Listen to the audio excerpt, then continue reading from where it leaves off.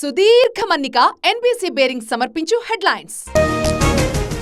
కుప్పంలో చంద్రబాబు పర్యటన, హంద్రీనీవా కాలువ పరిశీలన, సభకు భారీ ఎత్తున తరలి వచ్చిన జనం. స్పీకర్ కు జగన్ గౌరవం ఇవ్వలేదు, విపక్ష హోదా నుంచి మాట్లాడే అర్హత లేదు. జగన్ లేఖపై మంత్రి సంధ్యారాణి స్పందన. తెలంగాణ విద్యుత్ కమిషన్ పై హైకోర్టుకు కేసీఆర్, కమిషన్ ను రద్దు చేయాలని రిట్ పిటిషన్, రూల్స్ మేరకే కరెంట్ కొన్నామన్న కేసీఆర్.